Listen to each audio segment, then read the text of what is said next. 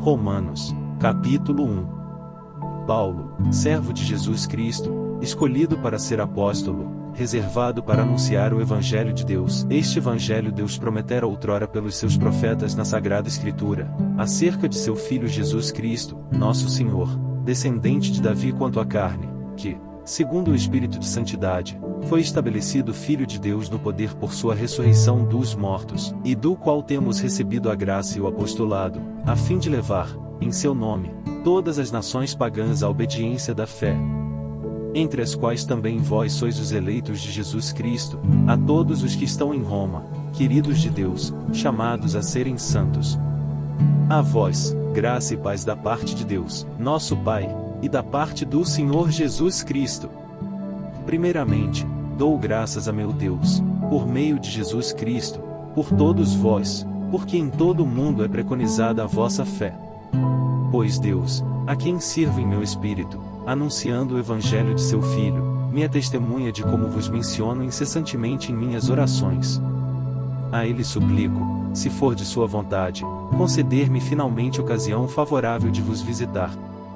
Desejo ardentemente ver-vos, a fim de comunicar-vos alguma graça espiritual, com que sejais confirmados, ou melhor, para me encorajar juntamente convosco naquela vossa e minha fé que nos é comum. Pois não quero que ignoreis, irmãos, como muitas vezes me tenho proposto ir ter convosco. Eu queria recolher algum fruto entre vós, como entre os outros pagãos, mas até agora tenho sido impedido. Sou devedor a gregos e a bárbaros, a sábios e a simples. Daí o ardente desejo que eu sinto de vos anunciar o Evangelho também a vós, que habitais em Roma. Com efeito, não me envergonho do Evangelho, pois ele é uma força vinda de Deus para a salvação de todo o que crê, ao judeu em primeiro lugar e depois ao grego. Porque nele se revela a justiça de Deus, que se obtém pela fé e conduz à fé, como está escrito: o justo viverá pela fé. A ira de Deus se manifesta do alto do céu contra toda a impiedade e perversidade dos homens, que pela injustiça aprisionam a verdade. Porquanto que se pode conhecer de Deus eles o leem em si mesmos, pois Deus lhes revelou com evidência. Desde a criação do mundo, as perfeições invisíveis de Deus, o seu sempiterno poder e divindade, se tornam visíveis à inteligência, por suas obras, de modo que não se podem escusar. Porque, conhecendo a Deus, não o glorificaram como Deus, nem lhe deram graças. Pelo contrário, extraviaram-se em seus vãos pensamentos, e se lhes obscureceu o coração insensato. Pretendendo-se sábios, tornaram-se estultos. Mudaram a majestade de Deus incorruptível em representações e figuras de homem corruptível, de aves, quadrúpedes e répteis. Por isso, Deus os entregou aos desejos dos seus corações, à imundície, de modo que desonraram entre si os próprios corpos. Trocaram a verdade de Deus pela mentira, e adoraram e serviram a criatura em vez do Criador, que é bendito pelos séculos. Amém. Por isso, Deus os entregou a paixões vergonhosas. As suas mulheres mudaram as relações naturais em relações contra a natureza.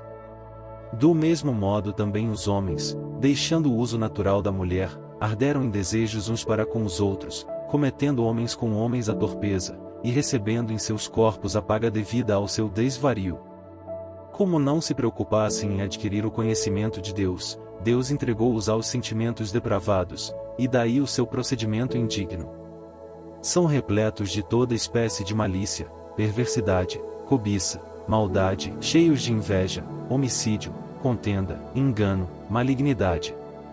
São difamadores, caluniadores, inimigos de Deus, insolentes, soberbos, altivos, inventores de maldades, rebeldes contra os pais. São insensatos, desleais, sem coração, sem misericórdia. Apesar de conhecerem o justo decreto de Deus que considera dignos de morte aqueles que fazem tais coisas, não somente as praticam, como também aplaudem os que as cometem.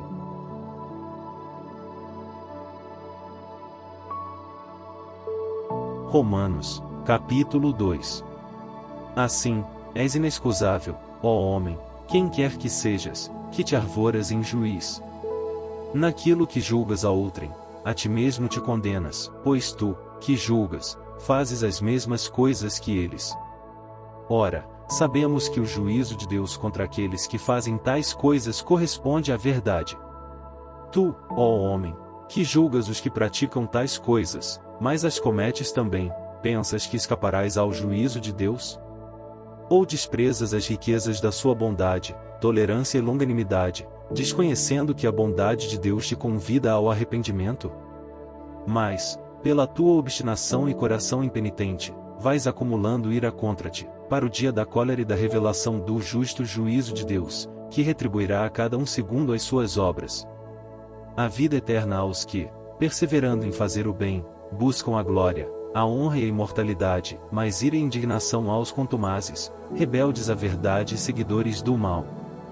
Tribulação e angústia sobrevirão a todo aquele que pratica o mal, primeiro ao judeu e depois ao grego, mas glória, honra e paz a todo o que faz o bem, primeiro ao judeu e depois ao grego.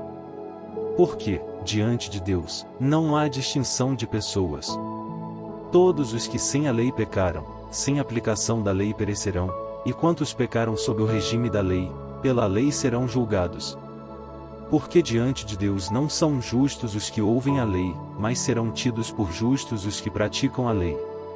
Os pagãos, que não têm a lei, fazendo naturalmente as coisas que são da lei, embora não tenham a lei, a si mesmos servem de lei, eles mostram que o objeto da lei está gravado nos seus corações, dando-lhes testemunho à sua consciência, bem como os seus raciocínios, com os quais se acusam ou se escusam mutuamente.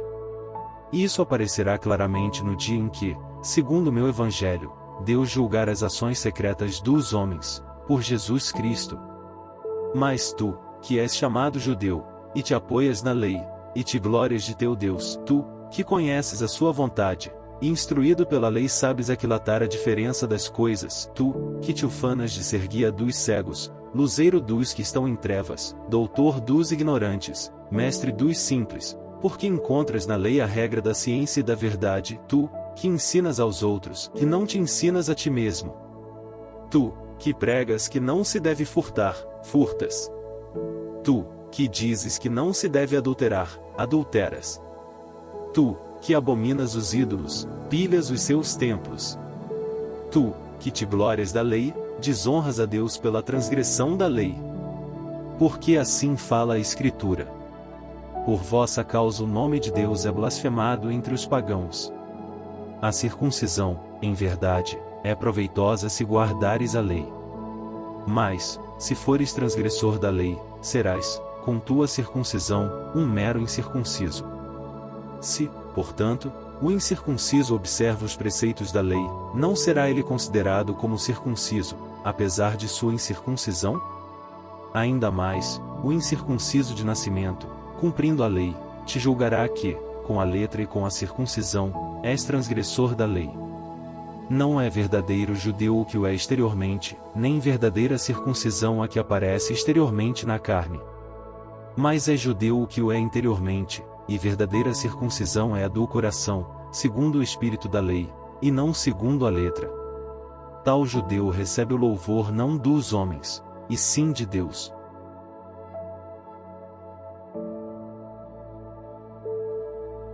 Romanos, capítulo 3.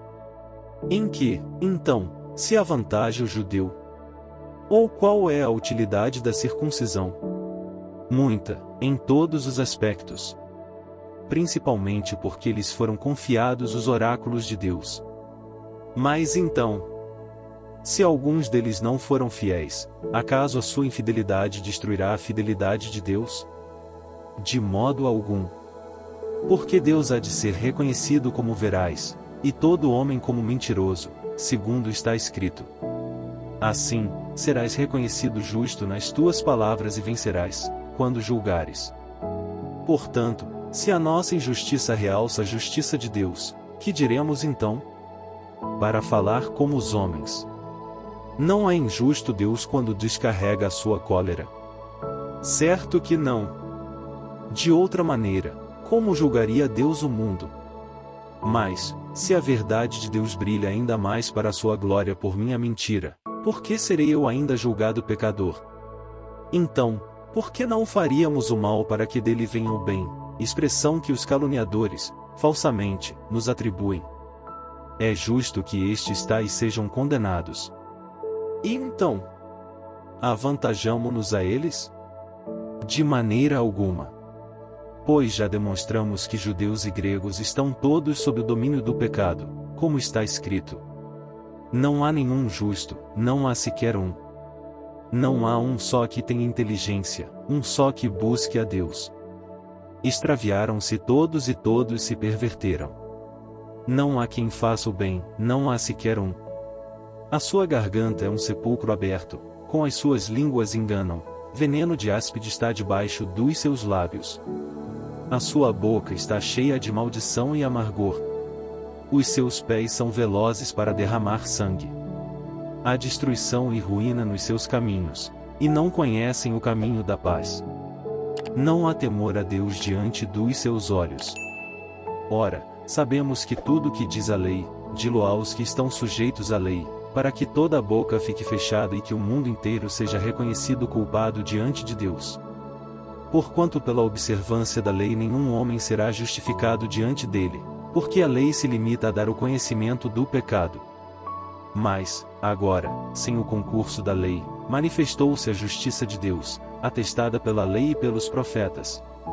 Esta é a justiça de Deus pela fé em Jesus Cristo, para todos os fiéis, pois não há distinção, com efeito, todos pecaram e todos estão privados da glória de Deus, e são justificados gratuitamente por sua graça, tal é a obra da redenção, realizada em Jesus Cristo. Deus o destinou para ser, pelo seu sangue, vítima de propiciação mediante a fé. Assim, ele manifesta a sua justiça, porque no tempo de sua paciência, ele havia deixado sem castigo os pecados anteriores. Assim, digo eu, ele manifesta a sua justiça no tempo presente, exercendo a justiça e justificando aquele que tem fé em Jesus. Onde está, portanto, o motivo de se gloriar? Foi eliminado. Por qual lei? Pela das obras? Não, mas pela lei da fé. Porque julgamos que o homem é justificado pela fé, sem as observâncias da lei. Ou Deus só o é dos judeus? Não é também Deus dos pagãos? Sim, ele o é também dos pagãos. Porque não há mais que um só Deus, o qual justificará pela fé os circuncisos, e também pela fé, os incircuncisos. Destruímos então a lei pela fé? De modo algum. Pelo contrário, damos-lhe toda a sua força.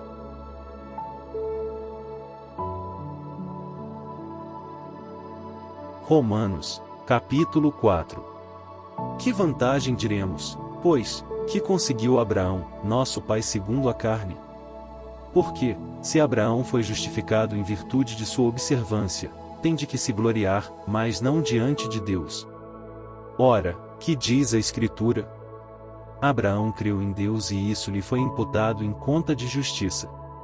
Ora, o salário não é gratificação, mas uma dívida ao trabalhador. Mas aquele que sem obra alguma crê naquele que justifica o ímpio, a sua fé lhe é imputada em conta de justiça. É assim que Davi proclama bem-aventurado o homem a quem Deus atribui justiça, independentemente das obras. Bem-aventurados aqueles cujas iniquidades foram perdoadas e cujos pecados foram cobertos. Bem-aventurado o homem ao qual o Senhor não imputou o seu pecado. Essa bem-aventurança é somente para os circuncisos, ou também para os incircuncisos? Dizemos, com efeito, que a fé foi imputada a Abraão em conta de justiça. Quando lhe foi ela imputada? Depois ou antes de sua circuncisão? Não depois, mas antes de ser circuncidado. Depois é que recebeu o sinal da circuncisão, como o selo da justiça que tinha obtido pela fé antes de ser circuncidado. E assim se tornou o pai de todos os incircuncisos que creem, a fim de que também a estes seja imputada a justiça. Pai também dos circuncisos, que não só trazem o sinal, mas que acompanham as pegadas da fé que nosso pai Abraão possuía antes de ser circuncidado. Com efeito, não foi em virtude da lei que a promessa de herdar o mundo foi feita a Abraão ou à sua posteridade, mas em virtude da justiça da fé. Porque, se a herança é reservada aos observadores da lei, a fé já não tem razão de ser e a promessa fica sem valor.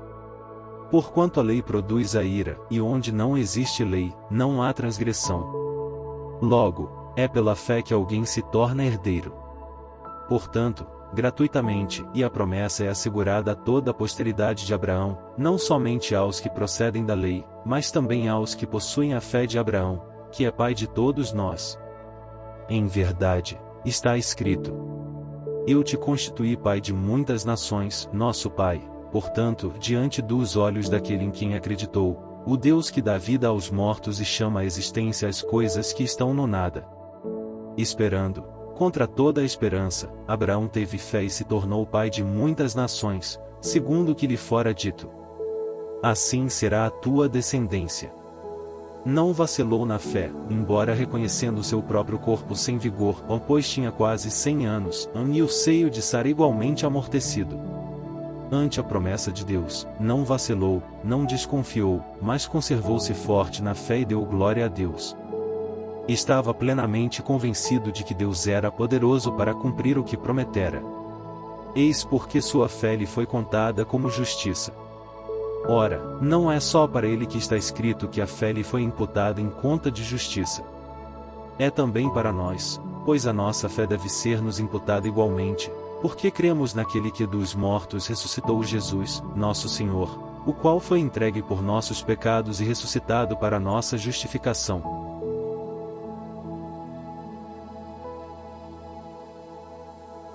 Romanos, capítulo 5.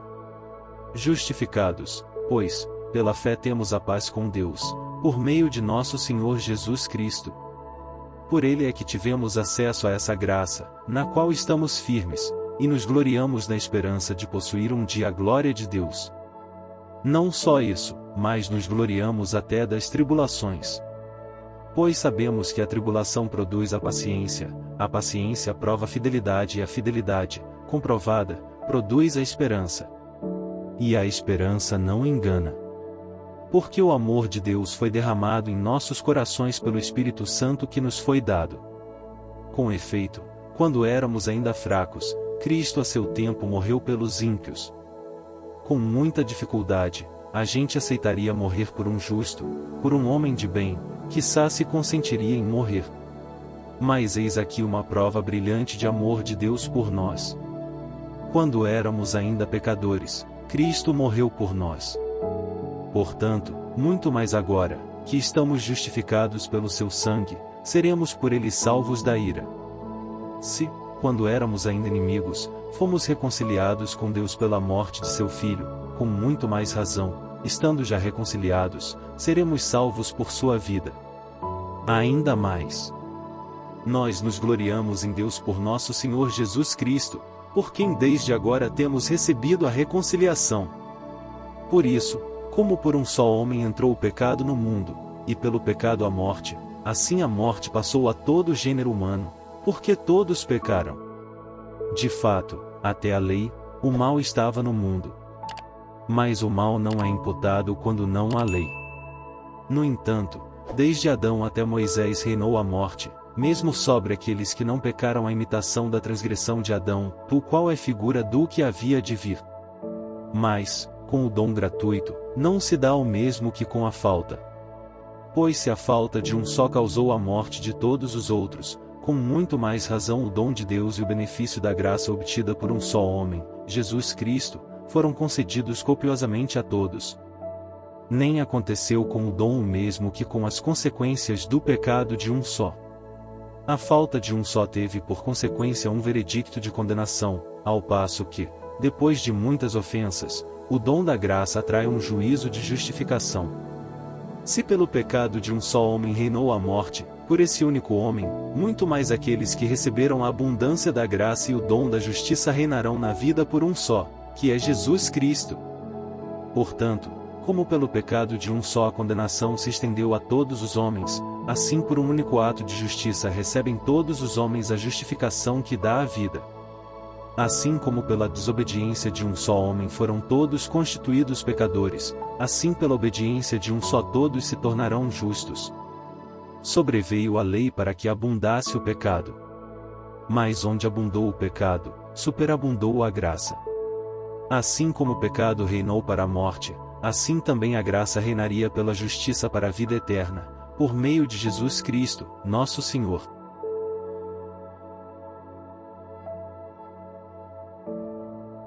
Romanos, capítulo 6.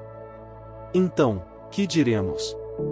Permaneceremos no pecado, para que haja abundância da graça? De modo algum. Nós, que já morremos ao pecado, como poderíamos ainda viver nele? Ou ignorais que todos os que fomos batizados em Jesus Cristo, fomos batizados na sua morte? Fomos, pois, sepultados com ele na sua morte pelo batismo para que, como Cristo ressurgiu dos mortos pela glória do Pai, assim nós também vivamos uma vida nova. Se fomos feitos o mesmo ser com ele por uma morte semelhante à sua, o seremos igualmente por uma comum ressurreição. Sabemos que o nosso velho homem foi crucificado com ele, para que seja reduzido à impotência o corpo, outrora, subjugado ao pecado, e já não sejamos escravos do pecado. Pois quem morreu, libertado está do pecado. Ora, se morremos com Cristo, cremos que viveremos também com ele, pois sabemos que Cristo, tendo ressurgido dos mortos, já não morre, nem a morte terá mais domínio sobre ele. Morto, ele foi uma vez por todas pelo pecado, porém, está vivo, continua vivo para Deus. Portanto, vós também considerai-vos mortos ao pecado, porém vivos para Deus, em Cristo Jesus. Não reine, pois, o pecado em vosso corpo mortal, de modo que obedeçais aos seus apetites. Nem ofereçais os vossos membros ao pecado, como instrumentos do mal oferecei-vos a Deus, como vivos, salvos da morte, para que os vossos membros sejam instrumentos do bem a seu serviço. O pecado já não vos dominará, porque agora não estáis mais sob a lei, e sim sob a graça. Então, havemos de pecar, pelo fato de não estarmos sob a lei, mas sob a graça? De modo algum. Não sabeis que, quando vos ofereceis a alguém para lhe obedecer, sois escravos daquele a quem obedeceis, quer seja do pecado para a morte, quer da obediência para a justiça. Graças a Deus, porém, que, depois de terdes sido escravos do pecado, obedecestes de coração à regra da doutrina na qual tendes sido instruídos. E, libertados do pecado, vos tornastes servos da justiça. Vou-me servir de linguagem corrente entre os homens, por causa da fraqueza da vossa carne. Pois, como pusestes os vossos membros a serviço da impureza e do mal para cometer a iniquidade, assim ponde agora os vossos membros a serviço da justiça para chegar à santidade. Quando éreis escravos do pecado, éreis livres a respeito da justiça. Que frutos produzíeis então? Frutos dos quais agora vos envergonhais. O fim deles é a morte. Mas agora, libertados do pecado e feitos servos de Deus, tendes por fruto a santidade, e o termo é a vida eterna. Porque o salário do pecado é a morte, enquanto o dom de Deus é a vida eterna em Cristo Jesus, nosso Senhor.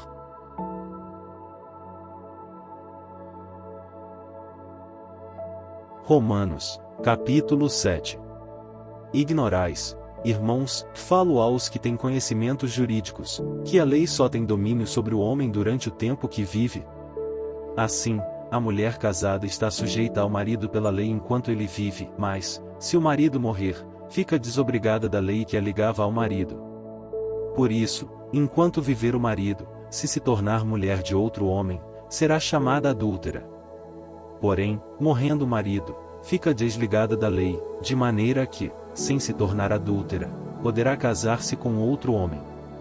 Assim, meus irmãos, também vós estáis mortos para a lei, pelo sacrifício do corpo de Cristo, para pertencerdes a outrem, aquele que ressuscitou dentre os mortos, a fim de que demos frutos para Deus. De fato, quando estávamos na carne, as paixões pecaminosas despertadas pela lei operavam em nossos membros, a fim de frutificarmos para a morte. Agora, mortos para essa lei que nos mantinha sujeitos, dela nos temos libertado, e nosso serviço realiza-se conforme a renovação do Espírito e não mais sob a autoridade envelhecida da letra. Que diremos, então? Que a lei é pecado? De modo algum.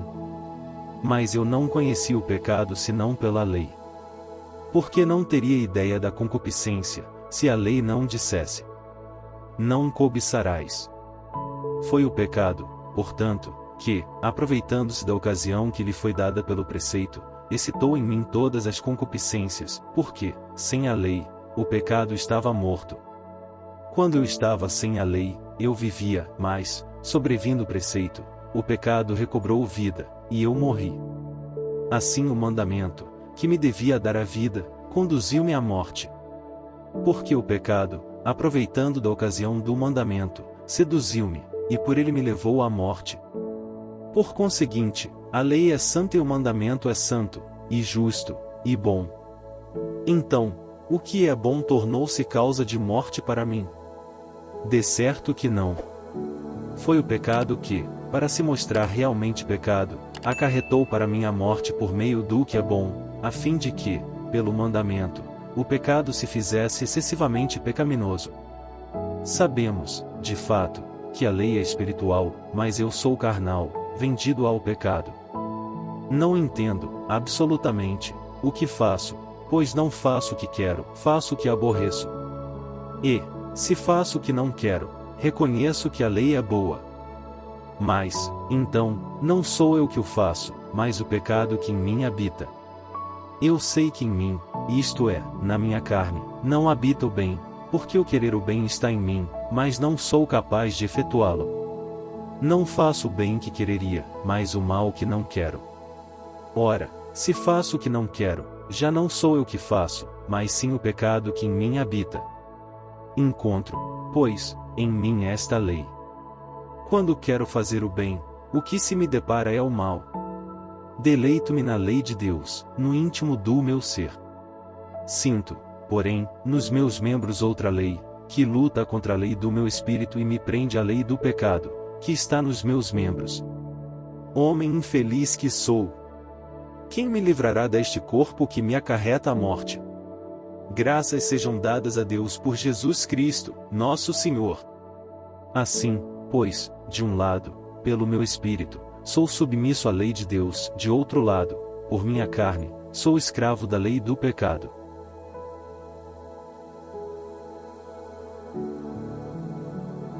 Romanos, capítulo 8.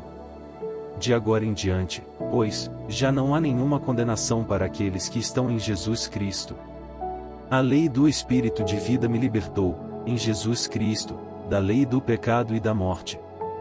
O que era impossível à lei, visto que a carne a tornava impotente, Deus o fez.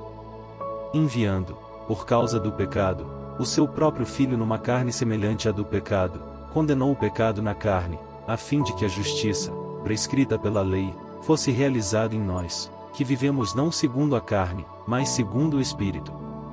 Os que vivem segundo a carne gostam do que é carnal, os que vivem segundo o Espírito apreciam as coisas que são do Espírito. Ora, a aspiração da carne é a morte, enquanto a aspiração do Espírito é a vida e a paz. Porque o desejo da carne é hostil a Deus, pois a carne não se submete à lei de Deus, e nem o pode. Os que vivem segundo a carne não podem agradar a Deus. Vós, porém, não viveis segundo a carne, mas segundo o Espírito, se realmente o Espírito de Deus habita em vós. Se alguém não possui o Espírito de Cristo, este não é dele. Ora, se Cristo está em vós, o corpo, em verdade, está morto pelo pecado, mas o Espírito vive pela justificação. Se o Espírito daquele que ressuscitou Jesus dos mortos habita em vós, ele, que ressuscitou Jesus Cristo dos mortos, também dará a vida aos vossos corpos mortais, pelo seu Espírito que habita em vós. Portanto, irmãos, não somos devedores da carne, para que vivamos segundo a carne. De fato, se viverdes segundo a carne, haveis de morrer, mas, se pelo Espírito mortificardes as obras da carne, vivereis, pois todos os que são conduzidos pelo Espírito de Deus são filhos de Deus. Porquanto não recebestes um espírito de escravidão para viverdes ainda no temor, mas recebestes o espírito de adoção pelo qual clamamos: Abba, Pai. O Espírito mesmo dá testemunho ao nosso espírito de que somos filhos de Deus. E, se filhos, também herdeiros, herdeiros de Deus e co-herdeiros de Cristo, contanto que soframos com Ele, para que também com ele sejamos glorificados. Tenho para mim que os sofrimentos da presente vida não têm proporção alguma com a glória futura que nos deve ser manifestada. Por isso, a criação aguarda ansiosamente a manifestação dos filhos de Deus. Pois a criação foi sujeita à vaidade, não voluntariamente, mas por vontade daquele que a sujeitou, todavia, com a esperança de ser também ela libertada do cativeiro da corrupção, para participar da gloriosa liberdade dos filhos de Deus. Pois sabemos que toda a criação geme e sofre como que dores de parto até o presente dia. Não só ela, mas também nós, que temos as primícias do Espírito, gememos em nós mesmos, aguardando a adoção, a redenção do nosso corpo. Porque pela esperança é que fomos salvos. Ora, ver o objeto da esperança já não é esperança, porque o que alguém vê, como é que ainda o espera? Nós, que esperamos o que não vemos, é em paciência que o aguardamos. Outro sim, o Espírito vem em auxílio à nossa fraqueza, porque não sabemos o que devemos pedir, nem orar como convém, mas o Espírito mesmo intercede por nós com gemidos inefáveis. E aquele que perscruta os corações sabe o que deseja o Espírito, o qual intercede pelos santos, segundo Deus. Aliás, sabemos que todas as coisas concorrem para o bem daqueles que amam a Deus, daqueles que são os eleitos, segundo os seus desígnios. Os que ele distinguiu de antemão, também os predestinou para serem conformes à imagem de seu Filho, a fim de que este seja o primogênito entre uma multidão de irmãos. E aos que predestinou, também os chamou, e aos que chamou, também os justificou, e aos que justificou, também os glorificou. Que diremos depois disso? Se Deus é por nós, quem será contra nós? Aquele que não poupou seu próprio Filho, mas que por todos nós o entregou, como não nos dará também com ele todas as coisas? Quem poderia acusar os escolhidos de Deus? É Deus quem os justifica. Quem os condenará? Cristo Jesus, que morreu, ou melhor, que ressuscitou, que está à mão direita de Deus, é quem intercede por nós. Quem nos separará do amor de Cristo? A tribulação? A angústia? A perseguição? A fome? A nudez? O perigo? A espada? Realmente, está escrito: por amor de ti somos entregues à morte o dia inteiro, somos tratados como gado destinado ao matadouro. Mas, em todas essas coisas, somos mais que vencedores pela virtude daquele que nos amou. Pois estou persuadido de que nem a morte, nem a vida, nem os anjos, nem os principados, nem o presente, nem o futuro, nem as potestades, nem as alturas, nem os abismos, nem outra qualquer criatura nos poderá apartar do amor que Deus nos testemunha em Cristo Jesus, nosso Senhor.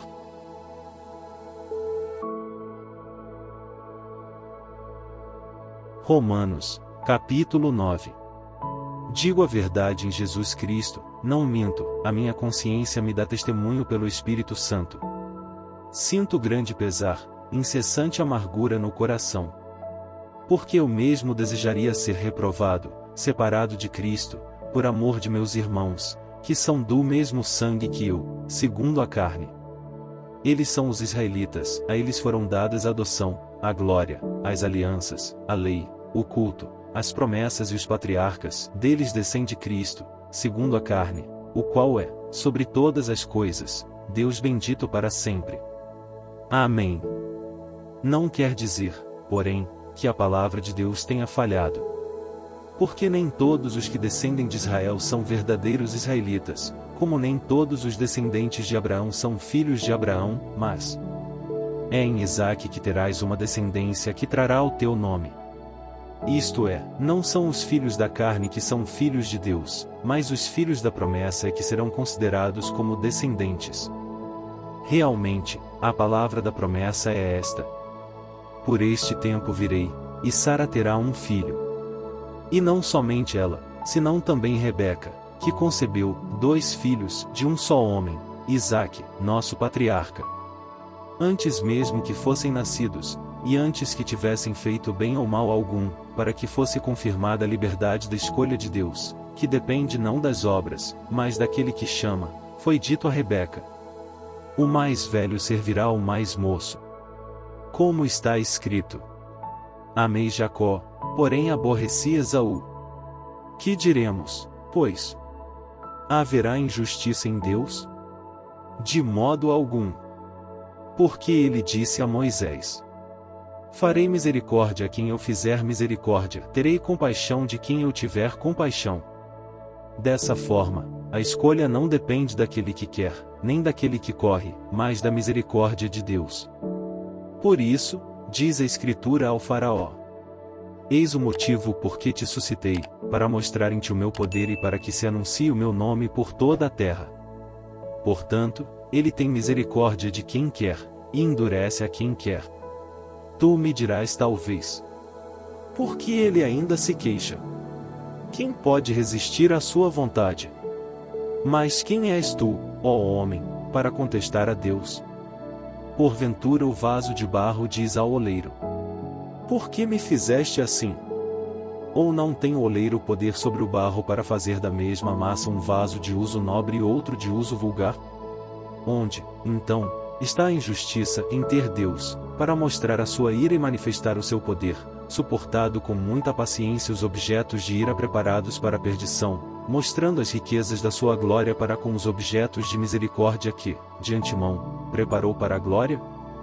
Esses somos nós, que ele chamou não só dentre os judeus, mas também dentre os pagãos. É o que ele diz em Oséias: chamarei meu povo ao que não era meu povo, e amada a que não era amada.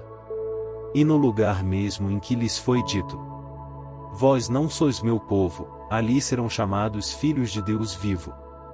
A respeito de Israel, exclama Isaías: ainda que o número de filhos de Israel fosse como a areia do mar, só um resto será salvo, porque o Senhor realizará plenamente e prontamente a sua palavra sobre a terra. 10,22 segundos. E ainda como predisse Isaías: se o Senhor dos exércitos não nos tivesse deixado um rebento, ficaríamos como Sodoma, seríamos como Gomorra. Então, que diremos? Que os gentios, que não buscavam a justiça, alcançaram a justificação, a que vem da fé, ao passo que Israel, que procurava uma lei que desse a justificação, não a encontrou. Por quê? Porque Israel a buscava como fruto não da fé, e sim das obras. E tropeçou na pedra do escândalo, como está escrito: eis que ponho em Sião uma pedra de escândalo, um rochedo que faz cair, quem nele crer não será confundido. 18,14, 28,16.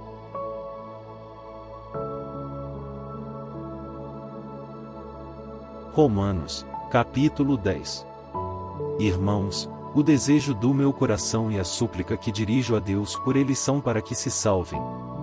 Pois lhes dou testemunho de que têm zelo por Deus, mas um zelo sem discernimento. Desconhecendo a justiça de Deus e procurando estabelecer a sua própria justiça, não se sujeitaram à justiça de Deus. Porque Cristo é o fim da lei, para justificar todo aquele que crê. Ora, Moisés escreve da justiça que vem da lei. O homem que a praticar viverá por ela. Mas a justiça que vem da fé diz assim: não digas em teu coração: quem subirá ao céu? Isto é, para trazer do alto Cristo, ou quem descerá ao abismo? Isto é, para fazer voltar Cristo dentre os mortos. Que diz ela, afinal? A palavra está perto de ti, na tua boca e no teu coração. Essa é a palavra da fé, que pregamos. Portanto, se com tua boca confessares que Jesus é o Senhor, e se em teu coração creres que Deus o ressuscitou dentre os mortos, serás salvo. É crendo de coração que se obtém a justiça, e é professando com palavras que se chega à salvação. A Escritura diz: todo o que nele crer não será confundido. Pois não há distinção entre judeu e grego, porque todos têm um mesmo Senhor, rico para com todos os que o invocam, porque todo aquele que invocar o nome do Senhor será salvo.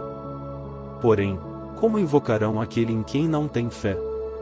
E como crerão naquele de quem não ouviram falar? E como ouvirão falar, se não houver quem pregue? E como pregarão, se não forem enviados? como está escrito. Quão formosos são os pés daqueles que anunciam as boas novas. Mas não são todos que prestaram ouvido à boa nova.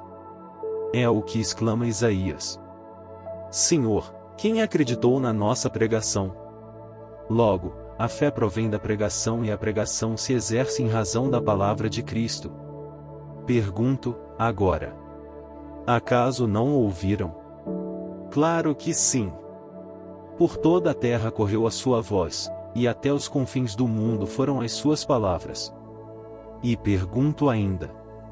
Acaso Israel não o compreendeu? Já Moisés lhes havia dito. Eu vos despertarei ciúmes com um povo que não merece este nome, eu vos provocarei a ira contra uma nação insensata. E Isaías se abalança a dizer. Fui achado pelos que não me buscavam, manifestei-me aos que não perguntavam por mim. Ao passo que a respeito de Israel, ele diz. Todo dia estendi as minhas mãos a um povo desobediente e teimoso.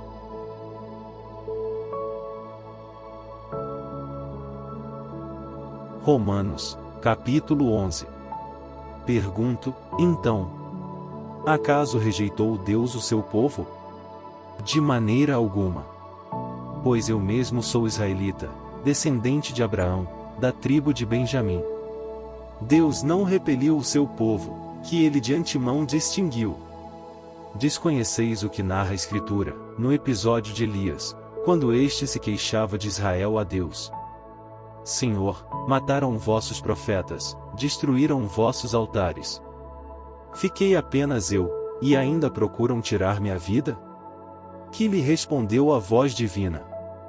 Reservei para mim 7.000 homens, que não dobraram o joelho diante de Baal. É o que continua a acontecer no tempo presente. Subsiste um resto, segundo a eleição da graça. E se é pela graça, já não é pelas obras, de outra maneira, a graça cessaria de ser graça. Consequência? Que Israel não conseguiu o que procura.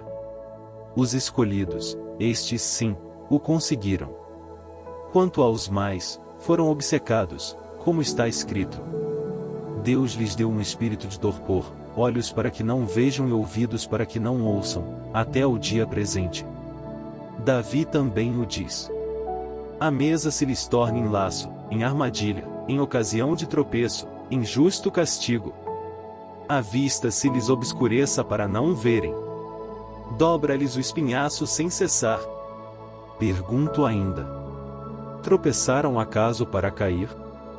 De modo algum. Mas sua queda, tornando a salvação acessível aos pagãos, incitou-os à emulação. Ora, se o seu pecado ocasionou a riqueza do mundo, e a sua decadência a riqueza dos pagãos, que não fará a sua conversão em massa? Declaro a vós, homens de origem pagã. Como apóstolo dos pagãos, eu procuro honrar o meu ministério, com o intuito de, eventualmente, excitar à emulação os homens da minha raça e salvar alguns deles. Porque, se de sua rejeição resultou a reconciliação do mundo, qual será o efeito de sua reintegração, senão uma ressurreição dentre os mortos? Se as primícias são santas, também a massa o é, e se a raiz é santa, os ramos também o são. Se alguns dos ramos foram cortados, e se tu, oliveira selvagem, foste enxertada em seu lugar e agora recebes seiva da raiz da oliveira, não te envaideças nem menosprezes os ramos. Pois, se te gloriares, sabe que não és tu que sustentas a raiz, mas a raiz a ti. Dirás, talvez. Os ramos foram cortados para que eu fosse enxertada. Sem dúvida. É pela incredulidade que foram cortados, ao passo que tu é pela fé que estás firme. Não te ensoberbeças, antes, teme. Se Deus não poupou os ramos naturais, bem poderá não poupar a ti. Considera, pois, a bondade e a severidade de Deus. Severidade para com aqueles que caíram, bondade para contigo, suposto que permaneças fiel a essa bondade, do contrário, também tu serás cortada. E eles, se não persistirem na incredulidade, serão enxertados, pois Deus é poderoso para enxertá-los de novo. Se tu, cortada da oliveira de natureza selvagem, contra a tua natureza foste enxertada em boa oliveira, quanto mais eles, que são naturais, poderão ser enxertados na sua própria oliveira. Não quero, irmãos, que ignoreis este mistério, para que não vos gabeis de vossa sabedoria. Esta cegueira de uma parte de Israel só durará até que haja entrado a totalidade dos pagãos. Então, Israel em peso será salvo, como está escrito. Virá de Sião o libertador, apartará de Jacó a impiedade. E esta será a minha aliança com eles, quando eu tirar os seus pecados. Se, quanto ao Evangelho, eles são inimigos de Deus, para proveito vosso, quanto à eleição eles são muito queridos por causa de seus pais. Pois os dons e o chamado de Deus são irrevogáveis. Assim como vós antes fostes desobedientes a Deus, e agora obtivestes misericórdia com a desobediência deles, assim eles são incrédulos agora, em consequência da misericórdia feita a vós, para que eles também mais tarde alcancem, por sua vez, a misericórdia. Deus encerrou a todos esses homens na desobediência para usar com todos de misericórdia. Ó abismo de riqueza, de sabedoria e de ciência em Deus! Quão impenetráveis são os seus juízos e inexploráveis os seus caminhos! Quem pode compreender o pensamento do Senhor? Quem jamais foi o seu conselheiro? Quem lhe deu primeiro, para que lhe seja retribuído? Dele, por ele e para ele são todas as coisas. A ele a glória por toda a eternidade. Amém.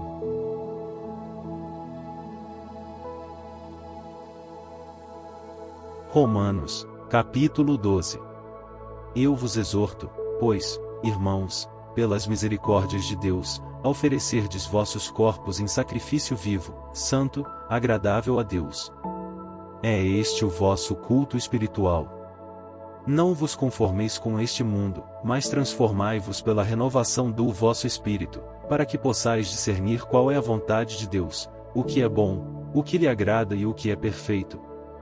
Em virtude da graça que me foi dada, recomendo a todos e a cada um. Não façam de si próprios uma opinião maior do que convém, mas um conceito razoavelmente modesto, de acordo com o grau de fé que Deus lhes distribuiu. Pois, como em um só corpo temos muitos membros e cada um dos nossos membros tem diferente função, assim nós, embora sejamos muitos, formamos um só corpo em Cristo, e cada um de nós é membro um do outro. Temos dons diferentes, conforme a graça que nos foi conferida. Aquele que tem o dom da profecia, exerça-o conforme a fé. Aquele que é chamado ao ministério, dedique-se ao ministério. Se tem o dom de ensinar, que ensine, o dom de exortar, que exorte, aquele que distribui as esmolas, faça-o com simplicidade, aquele que preside, presida com zelo, aquele que exerce a misericórdia, que o faça com afabilidade. Que vossa caridade não seja fingida. Aborrecei o mal, apegai-vos solidamente ao bem. Amai-vos mutuamente com afeição terna e fraternal. Adiantai-vos em honrar uns aos outros. Não relaxeis o vosso zelo. Sede fervorosos de espírito. Servi ao Senhor. Sede alegres na esperança, pacientes na tribulação e perseverantes na oração. Socorrei as necessidades dos fiéis. Esmerai-vos na prática da hospitalidade. Abençoai os que vos perseguem, abençoai-os, e não os praguejeis. Alegrai-vos com os que se alegram, chorai com os que choram. Vivei em boa harmonia uns com os outros. Não vos deixeis levar pelo gosto das grandezas, afeiçoai-vos com as coisas modestas. Não sejais sábios aos vossos próprios olhos. Não pagueis a ninguém o mal com o mal, aplicai-vos a fazer o bem diante de todos os homens. Se for possível, quanto depender de vós, vivei em paz com todos os homens. Não vos vingueis uns dos outros, caríssimos, mas deixai agir a ira de Deus, porque está escrito: a minha vingança, a mim exercer a justiça, diz o Senhor. Se o teu inimigo tiver fome, dá-lhe de comer, se tiver sede, dá-lhe de beber. Procedendo assim, amontoarás carvões em brasa sobre a sua cabeça. Não te deixes vencer pelo mal, mas triunfa do mal com o bem.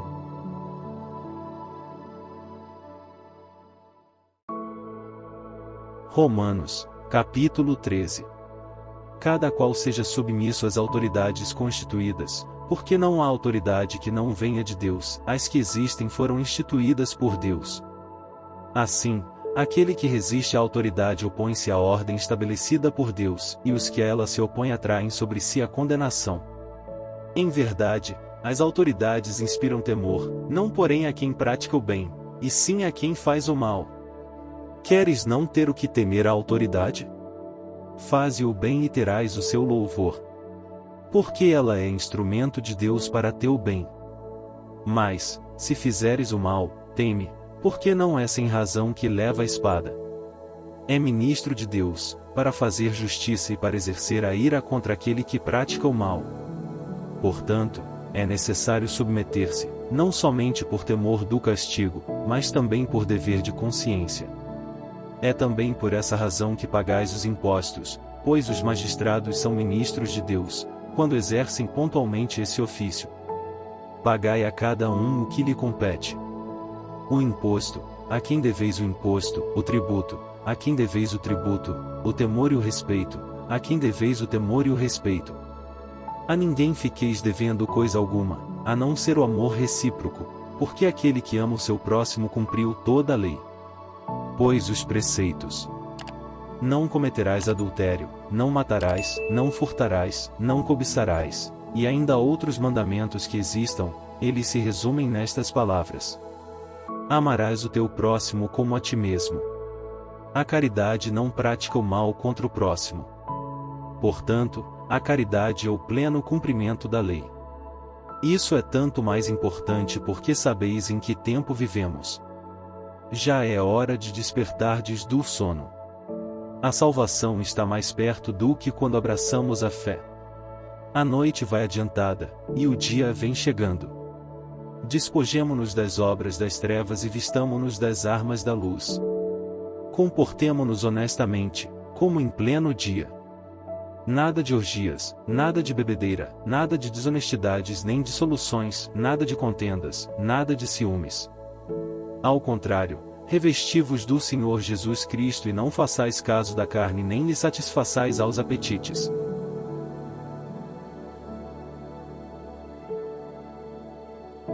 Romanos, capítulo 14. Acolhei aquele que é fraco na fé, com bondade, sem discutir as suas opiniões. Um crê poder comer de tudo, outro, que é fraco, só come legumes. Quem come de tudo não despreze aquele que não come. Quem não come não julgue aquele que come, porque Deus o acolhe do mesmo modo. Quem és tu, para julgares o servo de outros? Que esteja firme, ou caia, isto é lá com o seu Senhor. Mas ele estará firme, porque poderoso é Deus para o sustentar. Um faz distinção entre dia e dia, outro, porém, considera iguais todos os dias.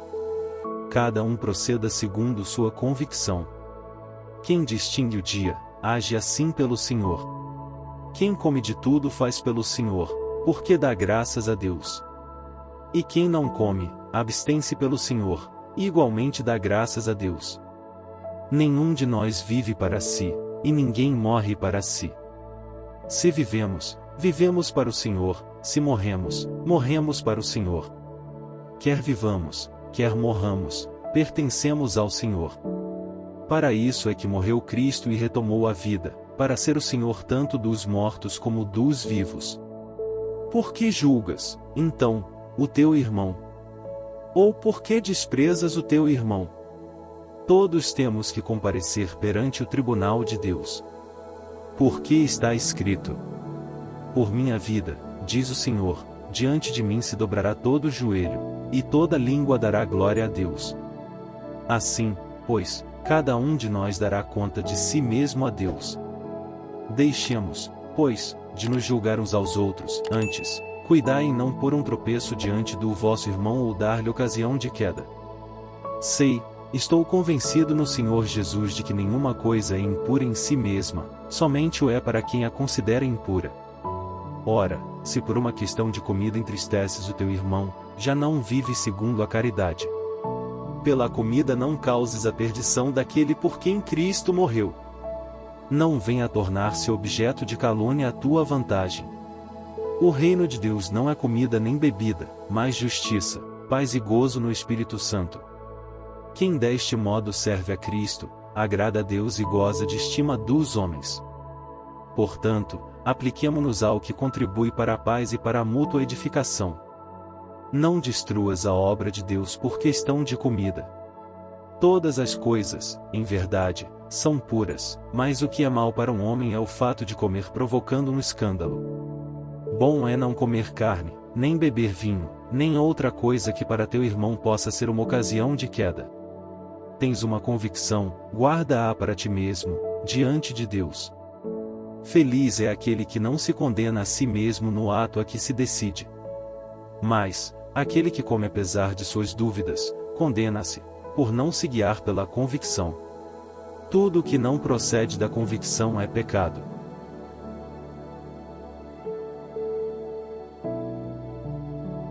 Romanos, capítulo 15. Nós, que somos os fortes, devemos suportar as fraquezas dos que são fracos, e não agir a nosso modo. Cada um de vós procure contentar o próximo, para seu bem e sua edificação. Cristo não se agradou a si mesmo, pelo contrário, como está escrito: os insultos dos que vos ultrajam caíram sobre mim. Ora, tudo quanto outrora foi escrito para nossa instrução, a fim de que, pela perseverança e pela consolação que dão as Escrituras, tenhamos esperança. O Deus da perseverança e da consolação vos conceda o mesmo sentimento uns para com os outros, segundo Jesus Cristo, para que, com um só coração e uma só voz, glorifiqueis a Deus, Pai de nosso Senhor Jesus Cristo. Por isso, acolhei-vos uns aos outros, como Cristo nos acolheu para a glória de Deus. Pois asseguro que Cristo exerceu seu ministério entre os circuncisos para manifestar a veracidade de Deus pela realização das promessas feitas aos patriarcas. Quanto aos pagãos, eles só glorificam a Deus em razão de sua misericórdia, como está escrito: por isso, eu vos louvarei entre as nações e cantarei louvores ao vosso nome. 2 SM 22,50, SL 17,50. Noutro lugar diz: alegrai-vos, nações, com o seu povo. E ainda diz: louvai ao Senhor, nações todas, e glorificai-o todos os povos. E Isaías também diz: da raiz de Jessé surgirá um rebento que governará as nações, nele esperarão as nações. O Deus da esperança vos encha de toda a alegria e de toda a paz na vossa fé, para que pela virtude do Espírito Santo transbordeis de esperança. Estou pessoalmente convencido, meus irmãos, de que estáis cheios de bondade, cheios de um perfeito conhecimento, capazes de vos admoestar uns aos outros. Se, em parte, vos escrevi com particular liberdade, foi para relembrar-vos. E o fiz em virtude da graça que me foi dada por Deus, de ser o ministro de Jesus Cristo entre os pagãos, exercendo a função sagrada do Evangelho de Deus. E isso para que os pagãos, santificados pelo Espírito Santo, lhes sejam uma oferta agradável. Tenho motivo de gloriar-me em Jesus Cristo, no que diz respeito ao serviço de Deus. Porque não ousaria mencionar ação alguma que Cristo não houvesse realizado por meu ministério, para levar os pagãos a aceitar o Evangelho, pela palavra e pela ação, pelo poder dos milagres e prodígios, pela virtude do Espírito. De maneira que tenho divulgado o Evangelho de Cristo desde Jerusalém e suas terras vizinhas até a Ilíria. E me empenhei por anunciar o Evangelho onde ainda não havia sido anunciado o nome de Cristo, pois não queria edificar sobre fundamento lançado por outro. Fiz bem assim como está escrito: irão vê-lo aqueles aos quais ainda não tinha sido anunciado, chegarão a conhecê-lo aqueles que dele ainda não tinham ouvido falar. Foi isso que muitas vezes me impediu de ir ter convosco. Mas, agora, já não tenho com que me ocupar nestas terras, e como há muitos anos tenho saudades de vós, espero ver-vos de passagem, quando eu for à Espanha. Espero também ser por vós conduzido até lá, depois que tiver satisfeito, ao menos em parte, o meu desejo de estar convosco. Mas no momento vou a Jerusalém para a ajuda dos irmãos. A Macedônia e a Acaia houveram por bem fazer uma coleta para os irmãos de Jerusalém que se acham em pobreza. Houveram-no por bem, aliás, o devem a eles, pois se os pagãos têm parte nos bens espirituais dos judeus, devem por sua vez assisti-los com os bens materiais. Logo que eu tiver desempenhado essa incumbência, e lhes tiver feito entrega fiel dessa coleta, irei à Espanha, passando por vós. E sei que, quando for ter convosco, irei com todas as riquezas das bênçãos de Cristo. Rogo-vos, irmãos, em nome de nosso Senhor Jesus Cristo e em nome da caridade que é dada pelo Espírito, combatei comigo, dirigindo vossas orações a Deus por mim, para que eu escape dos infiéis que estão na Judéia e para que o auxílio que levo a Jerusalém seja bem acolhido pelos irmãos. Então, poderei ir ver-vos com alegria e, se for a vontade de Deus, encontrar no vosso meio algum repouso. E o Deus da paz esteja com todos vós. Amém.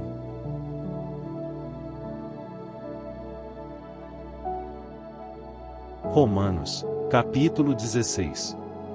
Recomendo-vos a nossa irmã Febe, que é diaconisa da igreja de Cencres, para que a recebais no Senhor, de um modo digno dos santos, e a ajudeis em qualquer coisa que de vós venha a precisar, porque ela tem ajudado a muitos e também a mim.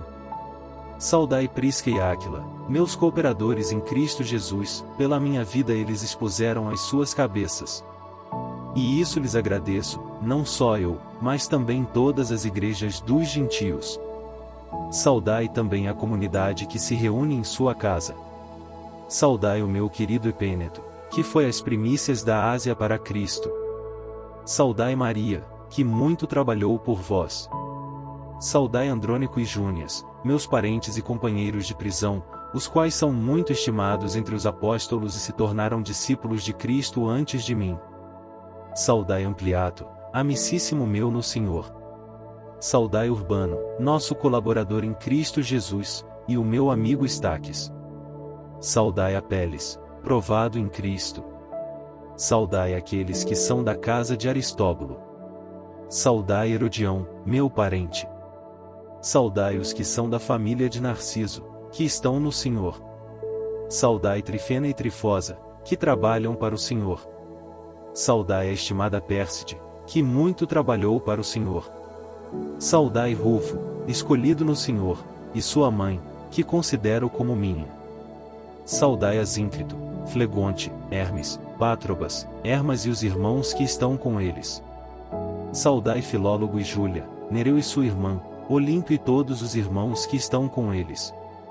Saudai-vos uns aos outros com o ósculo santo. Todas as igrejas de Cristo vos saúdam. Rogo-vos, irmãos, que desconfieis daqueles que causam divisões e escândalos, apartando-se da doutrina que recebestes. Evitai-os. Esses tais não servem a Cristo, nosso Senhor, mas ao próprio ventre. E com palavras adocicadas e linguagem lisonjeira, enganam os corações simples.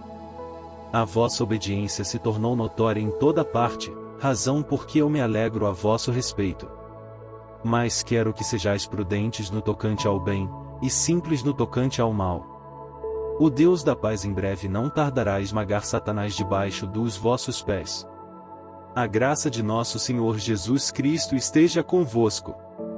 Saúdam-vos Timóteo, meu cooperador, Lúcio, Jasão e Sosípatro, meus parentes. Eu, Tércio, que escrevi esta carta, vos saúdo no Senhor. Saúda-vos Gaio, meu hospedeiro, e de toda a igreja.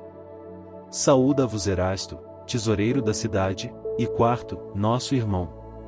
Aquele que é poderoso para vos confirmar, segundo o meu evangelho, na pregação de Jesus Cristo, conforme a revelação do mistério, guardado em segredo durante séculos, mas agora manifestado por ordem do eterno Deus, por meio das escrituras proféticas, dado a conhecer a todas as nações, a fim de levá-las à obediência da fé, a Deus, único, sábio, por Jesus Cristo, glória por toda a eternidade.